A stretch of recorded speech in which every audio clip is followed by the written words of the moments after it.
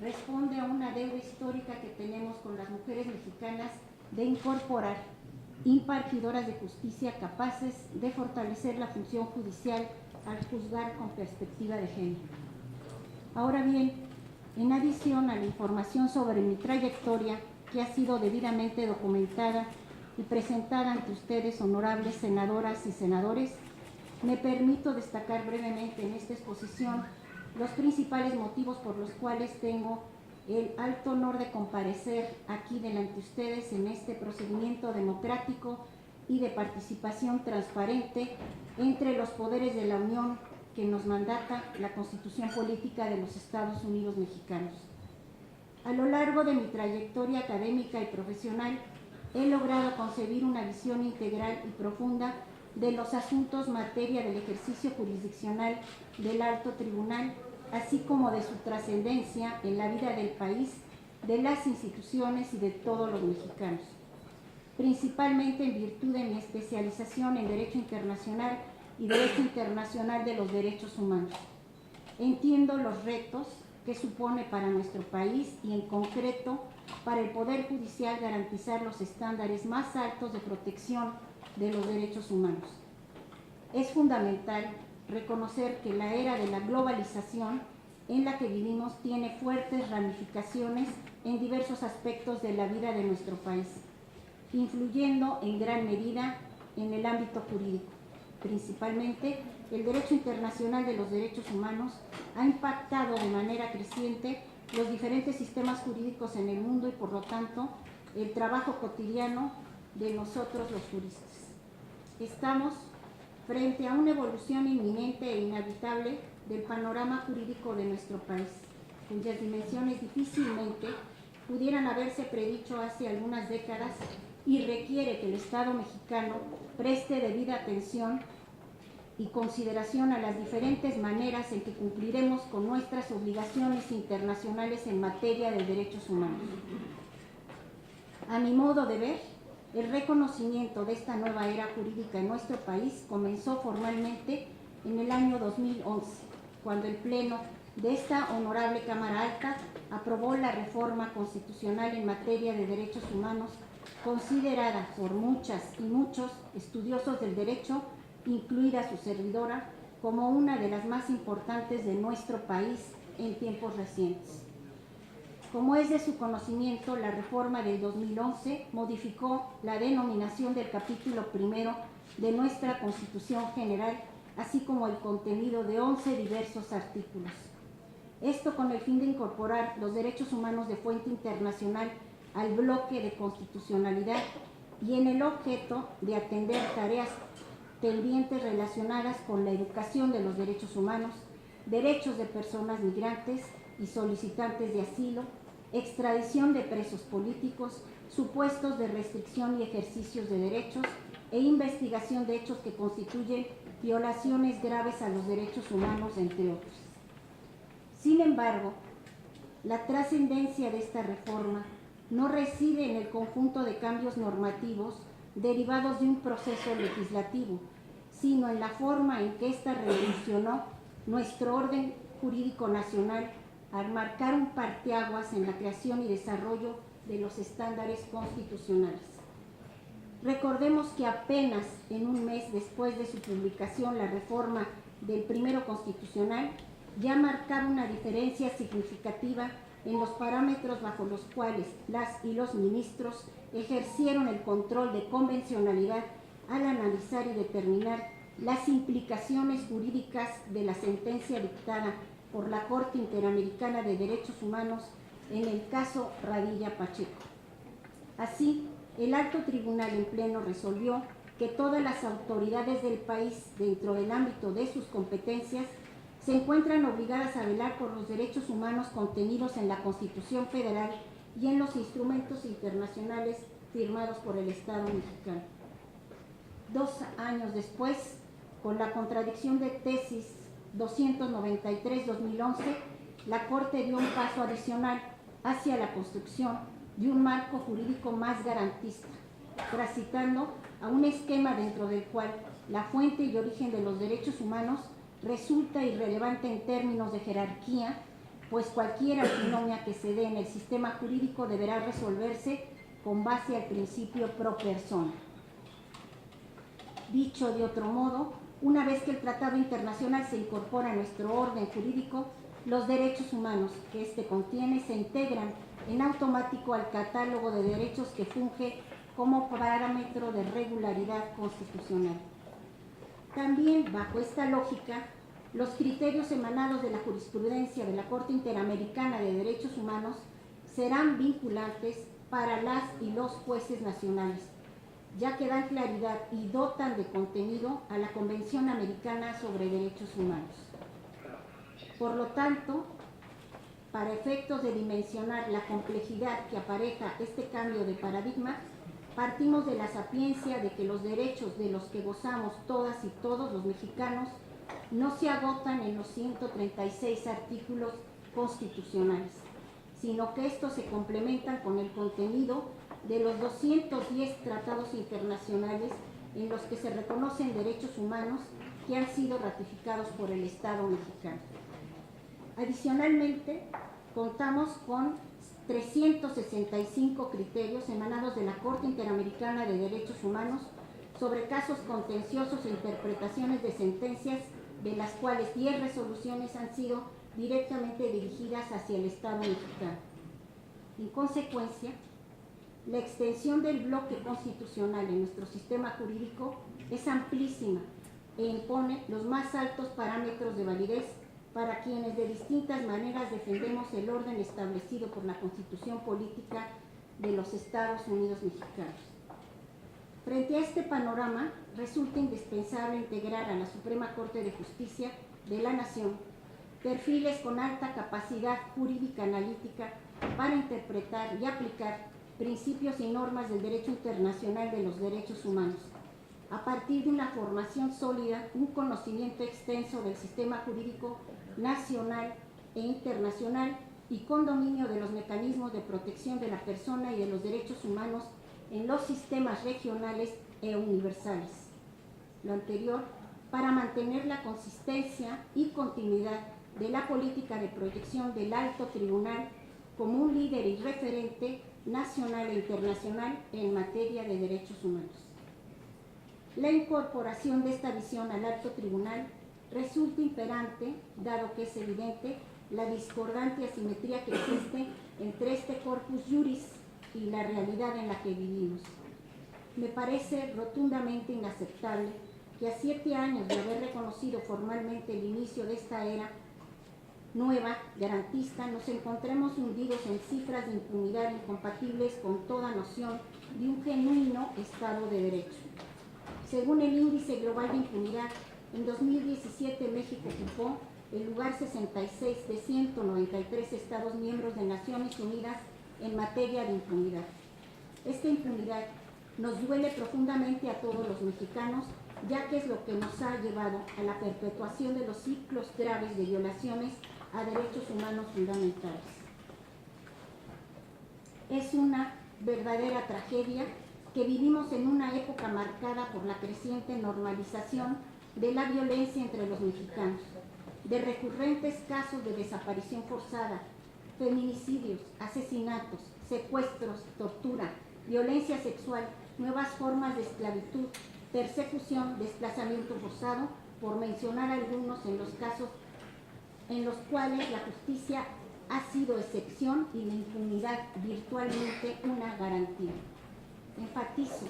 de manera vehemente que todas las personas tenemos una obligación moral de frenar estos ciclos viciosos de impunidad e injusticia desde el ámbito de posibilidad de cada persona y en particular las personas que se encuentran en posiciones de toma de decisiones tienen una obligación jurídica de hacer. En mi caso particular, este es un compromiso personal muy arraigado, por lo cual manifiesto abiertamente que de ser investida con la gran responsabilidad que me convoca a ustedes el día de hoy, esta causa será mi principal mandato, porque este país ya no puede posponer ni simular la justicia ni un solo día más. Durante toda mi vida profesional he sido una convencida impulsora de los derechos humanos, con especial dedicación a proteger los derechos de las víctimas y de los grupos vulnerables, potenciando los principios de igualdad, equidad y progresividad de estos. Consiguientemente, la presente exposición considero primordial hacer hincapié en la importancia de garantizar el derecho de acceso a la justicia, ya que desde ahí se erigen los pilares del Estado de Derecho.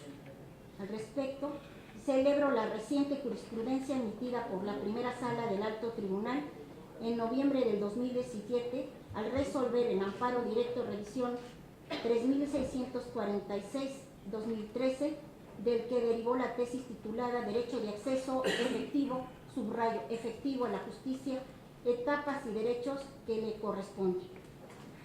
En esta se establece que la tutela jurisdiccional efectiva del derecho a acceder de manera expedita a los tribunales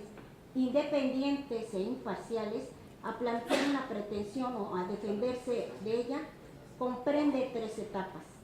la previa juicio, donde recae el acceso de proceso jurisdiccional; la judicial, que concierne al derecho al debido proceso; y tercero, una posterior a juicio respecto a la eficacia de las resoluciones emitidas. Esta jurisprudencia es, a mi modo de ver, muy relevante porque denota la progresividad sobre el entendimiento integral de este derecho fundamental al establecerse parámetros de eficacia para garantizar la tutela jurisdiccional efectiva en cada una de las etapas procesales, para revertir los patrones de indefensión en los que se encuentran ciudadanos frente al poder del Estado, especialmente los miembros de las poblaciones y grupos vulnerables. De ser investida con la responsabilidad que me convoca ante ustedes hoy, pretendo velar por la constante renovación progresista de este y de todos los derechos fundamentales de manera inclusiva, para que de esta manera podamos cerrar las brechas de la desigualdad y acortar las distancias entre mexicanas y mexicanos dentro de un marco normativo garantista. Por otro lado, considero pertinente ahondar sobre la importancia del derecho a un tribunal competente, independiente e imparcial, requisitos sine qua non que recaen directamente tanto en la institución como en los individuos que la conforman. Como todos sabemos, la Declaración Universal de los Derechos Humanos consagra el principio de igualdad ante la ley, el derecho de toda persona que se presuma su inocencia y el de ser oída públicamente y con justicia por un tribunal competente, independiente, imparcial, establecido por ley. A este precepto declarativo se suman las disposiciones convencionales del artículo 14 del Pacto Internacional de Derechos Civiles y Políticos y el artículo 8.1 de la Convención Americana de Derechos Humanos. En este entendido, es indispensable que los Estados garanticen la independencia judicial a efecto de garantizar los derechos humanos, en específico el derecho a las garantías judiciales para toda ciudadanía, el de las y los jueces a la independencia en el ejercicio de sus funciones. Con relación a esta necesaria independencia, el numeral 10 de los principios básicos relativos a la independencia de la judicatura establece: las personas seleccionadas para ocupar cargos judiciales serán personas íntegras e idóneas y tendrán la formación o las calificaciones jurídicas apropiadas. Todo método utilizado para la selección del personal judicial garantizará que éste no sea nombrado por motivos indebidos. Además, agrega: la selección de los jueces no se hará discriminación alguna por motivo de raza, color, sexo, religión, opinión política o de otra índole, origen nacional o social, posición económica, nacimiento o condición. Al respecto, la Corte Interamericana de Derechos Humanos ha resuelto en jurisprudencia vinculante para nuestro sistema judicial que la independencia de cualquier juez supone que se cuente con un adecuado proceso de nombramiento, con una duración establecida para el cargo y con una garantía contra presiones externas. Con respecto a esta última, garantía contra presiones externas, subrayo que la Corte Interamericana de Derechos Humanos valora la preparación o formación académica como una forma de evitar la incidencia respecto a presiones externas. Como jurista y estudiosa del derecho internacional, Soy plenamente consciente de la independencia de las y los operadores de justicia como un presupuesto básico para el libre y pleno ejercicio de los derechos a las garantías judiciales y a la protección judicial de todas las personas sujetas a la jurisdicción del Estado mexicano. Nuestro cuerpo constitucional no contempla la militancia política como un impedimento para la elección de jueces e incluso la misma Comisión Interamericana ha señalado expresamente que factores como la participación en un partido político no pueden considerarse restricciones absolutas, ya que configuraría la obstaculización de un derecho político electoral y esta sería incompatible con la Convención Americana de Derechos Humanos. Por lo tanto, prejuzgar la idoneidad de una candidatura, dejando de lado los méritos, cualidades profesionales, la integridad de la persona aspirante, no solo implicaría un alto grado de discrecionalidad, incluyendo requisitos extralegales, sino que además configuraría una violación a derechos humanos, al transgredir el derecho a la igualdad de condiciones y no discriminación recogida en el artículo 1.1 de la Convención Americana, el cual establece que en el goce de los derechos establecidos en la Convención no debe existir una diferencia de trato por motivos de raza, color, sexo, idioma, religión, opiniones políticas o de cualquier otra índole. Sin embargo, en el evento de ser considerada la mejor candidata para ocupar el cargo de ministra de la Suprema Corte de Justicia de la Nación, en señal de mi compromiso con la alta responsabilidad e investidura que esto significa, y en el ánimo de despejar cualquier duda sobre la posibilidad efectiva de mi participación independiente, he presentado el día de hoy mi renuncia formal al Partido Morena. Finalmente, no puedo dejar de señalar que nos encontramos en una coyuntura histórica en la cual se advierten posiciones encontradas en la relación entre los tres poderes de la Unión. En este sentido, me permito recordar las imperantes palabras del presidente Vicente Guerrero: la patria es primero. Es en esta tesitura que la votación que tienen ustedes en puerta, honorables senadoras y senadores, cobra gran relevancia, dado que el Poder Judicial de la Federación cuenta con una facultad equilibradora de vital trascendencia para la vida democrática del país y para la existencia del Estado de Derecho. De ser investida con esta solemne función, velaré para que de manera conciliatoria prevalezca el diálogo, la unión entre los poderes, que se busque tener los puentes de cooperación y colaboración plurales y necesarios para cumplir cabalmente las obligaciones y responsabilidades conferidas en el Gobierno de la República por el pueblo de México, el único soberano. Adicionalmente, recalco que mi aspiración es impulsar mi trabajo desde la perspectiva de fomentar una justicia más cercana al pueblo de México y a la sociedad civil organizada, para que esto a su vez contribuya al fortalecimiento y recuperación de la confianza en las instituciones judiciales. Para cumplir este último propósito, una de mis prioridades será sostener y promover una política de tolerancia cero ante la corrupción, tráfico de influencias y el nepotismo en todos los niveles del Poder Judicial, así como en todos los ámbitos de la administración pública. De ser honrada con esta suma responsabilidad en el Poder Judicial, pondré al servicio de la sociedad y de la justicia toda mi experiencia, conocimientos y dedicación para la construcción de un auténtico Estado de Derecho. Me conduciré de manera independiente, imparcial y objetiva. Me regiré exclusivamente en base al derecho positivo y convencional mexicano y tendré como una máxima autoridad a la Constitución Política de los Estados Unidos Mexicanos. Confío que mi trayectoria profesional y académica dé constancia de mi probidad como una jurista reconocida a nivel internacional por defender y promover el orden jurídico nacional e internacional, ya que mi genuina aspiración es contribuir a que nuestro país, todas y todos los mexicanos, podamos vivir el pleno goce y disfrute de nuestros derechos humanos. Agradezco la oportunidad de hacer esta intervención, así como su tiempo y consideración. Con mucho gusto procedo a la siguiente.